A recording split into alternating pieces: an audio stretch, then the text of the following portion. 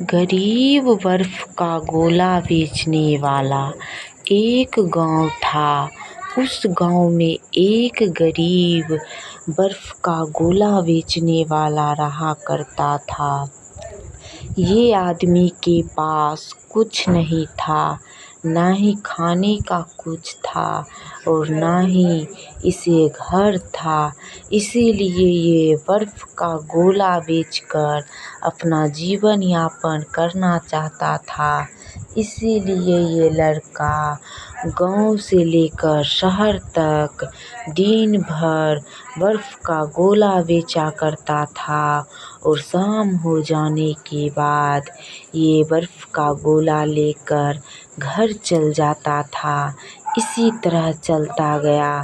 तभी वो एक जंगल आ पहुंचता है। बर्फ का गोला बेचते बेचते तभी वो सभी को पुकारने लगता है, ले लो बर्फ का गोला, ले लो बर्फ का गोला। इधर उधर कहकर बर्फ का गोला बेचने लगता है और इधर उधर देखने लगता है कि कोई ग्राहक क्यों नहीं आता है।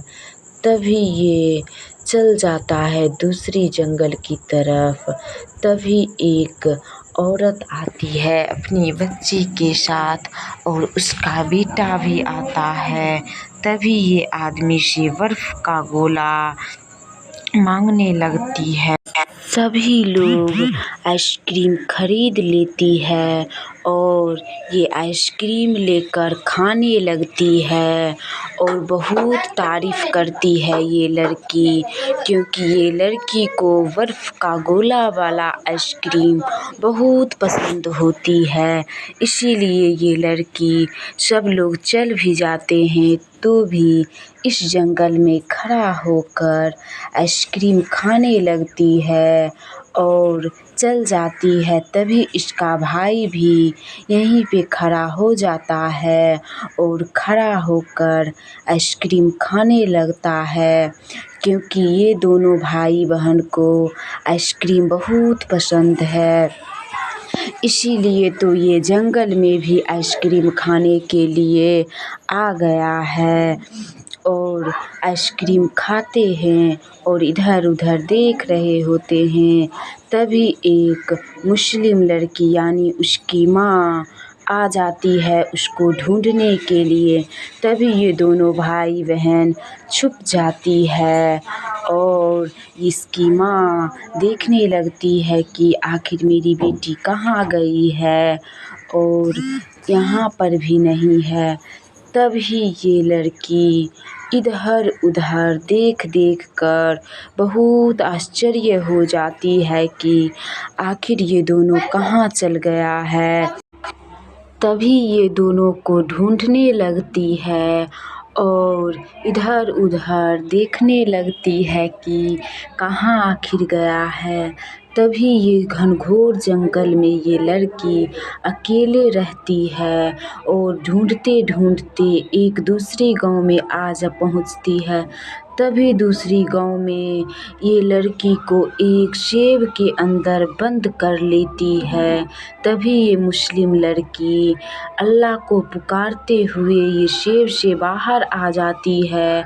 तभी इसको बहुत ज़ोर से भूख लग जाती है और वो वहीं पर मैगी बनाकर खाने लगती है, क्योंकि ये लड़की को मैगी बहुत पसंद होती है।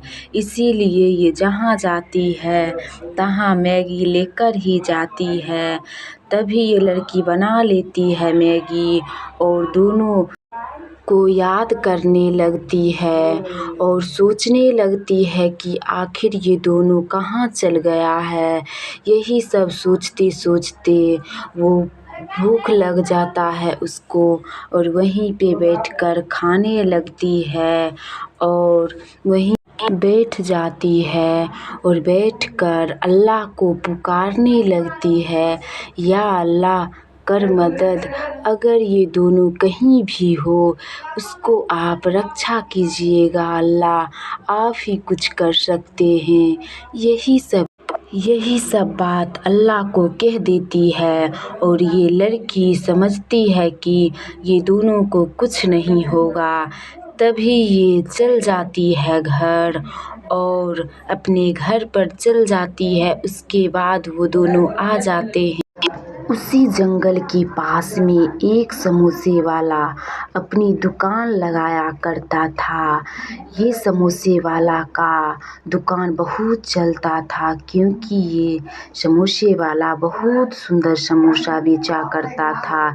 इसीलिए शहर के लोग भी यहीं पे आते थे इस जंगल में समोसे खाने के लिए, क्योंकि ये समोसे वाला बहुत सुंदर समोसा और चटनी भी बनाया करता था। और जो समोसा बच जाता था वो खुद ही बैठकर खा लेता था, क्योंकि ये समोसा में तो अलग ही क्वालिटी था। इसीलिए तो सारे लोग इस समोसे की दीवानी हो चुकी थी। सुबह से ही लाइन लगाकर रात 10 बजे तक सब लोग लाइन में खड़े होकर समोसे का इंतज़ार करती रहती थी। और समोसा बन जाने के बाद सभी लोग खाया करती थी। इसीलिए तो ये समोसे वाला बहुत लालची हो गया था। पहले तो ये समोसे वाला नहीं लालची था, लेकिन इतना बिकने के बाद ये समोसे वाला बहुत लालची हो गया था। इसीलिए ये गलत समोसा बेचने लगा था। तभी ये दोनों चुड़ैल सब कुछ उस जंगल में छुपकर देख लेती है। तभी ये दोनों चुड़ैल एक एक गोली लेकर चल पड़ती है समोसे वाला को मारने के लिए, क्योंकि ये दोनों चुड़ैल को बर्दाश्त नहीं हो रहा था कि इतना कैसे लोग लालची हो गया है। तभी दोनों चुड़ैल इधर उधर देखने लगती है कि कहाँ चल गया है समोसे वाला। अगर इस जंगल में अब से आएगा समोसा बेचने के लिए तो मैं दोनों मिलकर मार डालूंगी। तभी ये दोनों चुड़ैल यहीं पे बात करने लगती है और कहती है कि ये समोसे वाला का घर कहाँ पे है, यहीं पे तो समोसा बेच रहा था, आखिर कहाँ चल गया है। तभी इस जंगल में ही ये चुड़ैल आग लगाने के चक्कर में यहीं पे गोली छोड़ने लगती है, क्योंकि समझ जाती है कि अब से मैं यहीं पे मैं रहूँगी और तुम रहोगी, ना कि इस जंगल में कोई दूसरा। तभी ये दोनों चुड़ैल वहीं पे रहने लगती है, दोनों एक एक गोली लेकर। तो हमें लालच कभी भी नहीं करनी चाहिए। तो दोस्तों, कैसी लगी ये कहानी? अगर आप लोगों को अच्छी लगी हो तो एक लाइक और एक सब्सक्राइब कीजिए और लालच कभी भी नहीं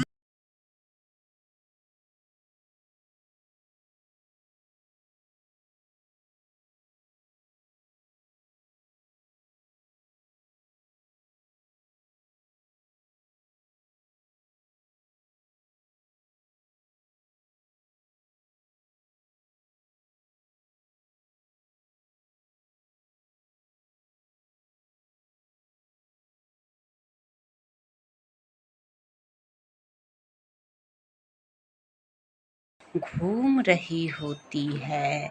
तभी ये चुड़ैल बहुत सारी चुड़ैल को बुलाकर ले आती है और समोसा खाने लगती है। उसी जंगल के पास में एक घर था। वो घर एक समोसे वाला का था। ये समोसे वाला दिन भर इसी जंगल में गरम गरम समोसे बेचा करता था। इसी से अपना जीवन यापन करता था। और ये इतना अच्छा समोसा बनाता था कि सारे लोग शहर छोड़कर इसी जंगल में समोसे खाने के लिए आया करता था। और जो समोसा बच जाता था तो ये समोसा वाला खुद ही खा लेता था। और फिर से कल होकर समोसे की दुकान लगा लेता था और समोसा बेचता था। ये समोसे वाला पहले बहुत गरीब था। पहले इस जंगल में ना ही इसको घर था और ना ही खाने का कुछ भी चीज़। तभी ये समोसा बेचकर बहुत सारे रुपया कमाने के बाद ये एक छोटी सी कुटिया बनाता है और इसी कुटिया में अपना जीवन यापन करता है। ये समोसे वाला बहुत ईमानदार होता है। तभी एक दिन एक मुस्लिम लड़की इसी जंगल से गुजर रही होती है। तब तक बहुत शाम हो गई थी और समोसे वाला भी अपना दुकान बंद करके घर चल गया था। तभी ये मुस्लिम लड़की तो कभी भी इससे पहले यहाँ नहीं आई थी और ना ही इसको कुछ इस जंगल के बारे में पता था। तभी ये मुस्लिम लड़की को कुछ समझ में नहीं आ रही होती है। तभी ये बोलने लगती है, सभी लोग तो बताए थे कि यहीं पे समोसे की दुकान है, पता नहीं कहाँ है समोसे की दुकान, हमको तो दिखाई नहीं दे रही है। हे भगवान, लगता है कि मैं दूसरे जंगल में आ गई हूँ। अब मैं कैसे इस जंगल से बाहर निकलूं? और काफी शाम भी हो गया है। एक समोसे खाने की चक्कर में हमको क्या क्या झेलनी पड़ रही है। तभी ये लड़की कुछ समझ में नहीं आ रही होती है इस लड़की को। तभी ये लड़की बहुत बुद्धिमान होती है। तभी ये लड़की वहीं पे गैस निकाल कर और मैगी बनाने लगती है और खाने लगती है मैगी बनाकर। क्योंकि ये लड़की इंग्लैंड की थी और ये इंग्लैंड की लड़की बहुत चालाक होती है और सारी चीज़ खाने पीने की चीज़ लेकर ही साथ में चलती है। इसीलिए तो रात होने के बाद ये मुस्लिम लड़की वहीं पे खाना बना लेती है, मैगी बनाकर खा लेती है और बैठकर अल्लाह को पुकारने लगती है, या अल्लाह कर मदद कह के वो बहुत सोचने लगती है और कहती है कि अब हमको अल्लाह ही बचाएंगे, बाकी बात कोई नहीं है हमको। या अल्लाह कर मदद, आप अल्लाह रक्षा कीजिएगा। यही सब बात कहते कहते सुबह हो जाती है। तभी ये चुड़ैल दूसरी जंगल में आ पहुंचती है और एक सेब के अंदर प्रवेश कर जाती है और इसी में झूला झूल लेती है और अपनी सारे चुड़ैल बहना के साथ घूमने के लिए आकर बोलने लगती है। तभी ये दोनों बहना बैठकर समोसे खा रही होती है और ये चुड़ैल को नहीं देती है। तभी ये चुड़ैल उससे मांगने लगती है, मुझे भी दोस्त कुछ समोसे दो। तो दोस्तों, कैसी लगी ये कहानी? ये कहानी थी चुड़ैल और समोसे वाला की। अगर ये कहानी अच्छी लगी हो तो जल्दी से एक लाइक कर लीजिए और एक सब्सक्राइब कर दीजिए। एक जंगल में एक दादी माँ अपनी कुटिया बनाई हुई रहती थी और उस कुटिया से निकलकर सुबह होते ही वो जामुन बेचने के लिए जंगल की ओर चल पड़ती थी। ये बुढ़िया दादी माँ दिन भर जामुन बेचा करती थी और शाम होने पर यही कुटिया में आकर रहा करती थी और अपना खुशी खुशी जीवन यापन करती थी। ये बुढ़िया कोई नहीं था।